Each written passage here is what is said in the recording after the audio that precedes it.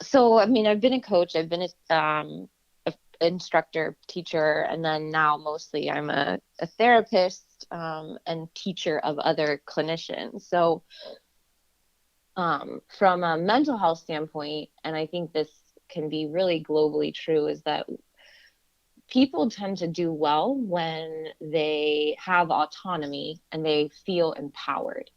So I'm really big, and I try and take this into coaching now and teaching, of helping people understand my thought process behind why I'm setting certain expectations. Because the brain tends to do much better, particularly with anxiety, when things make sense to it or to us, right? So if I'm going to set a curfew for my 18-year-old travel team, I'm going to explain to them a little bit of why I expect them to be in their rooms at 10 p.m., excuse me, when we have an 8 a.m. game, because it has to do with, even if you can't sleep, you resting is better for your body than you being in your friend's room playing Xbox, right? And that this is what that there's a macro cycle that I'm in charge of, and then a micro cycle, and then just how this plugs into this day and this 24 hours. And so I tend to provide information and help them understand that when I make a hard rule, it's for a good reason. I'm not just being kind of a stick in the mud and saying you have a 10 p.m. curfew. Like when we play at noon, they're 18, like they can be in the rooms at midnight. I don't care. And I think that really helps empower particularly young people to like buy into the process. And also, I'm doing this because I respect you, but I also respect the team, and it's my job to be the expert, and I'm sort of responsible for the overall like health and wellness of our group.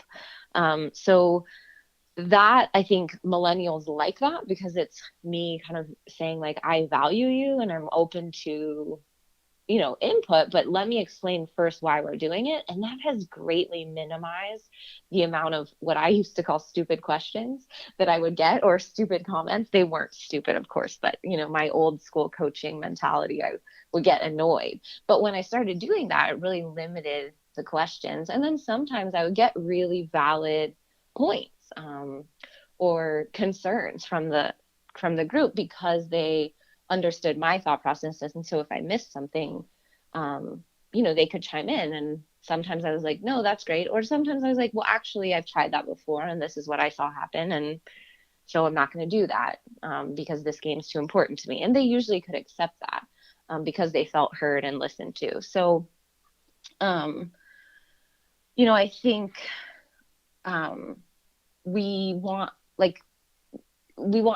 by respecting that people are their own person and do have some level of expertise on their own experience, that can be really good at managing some of those secondary concerns.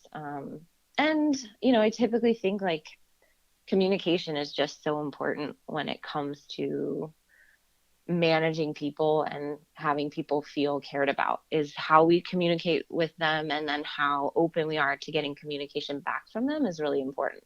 It doesn't mean that I'm not going to be in charge. It just means like that I value that they're an important piece of the group or team.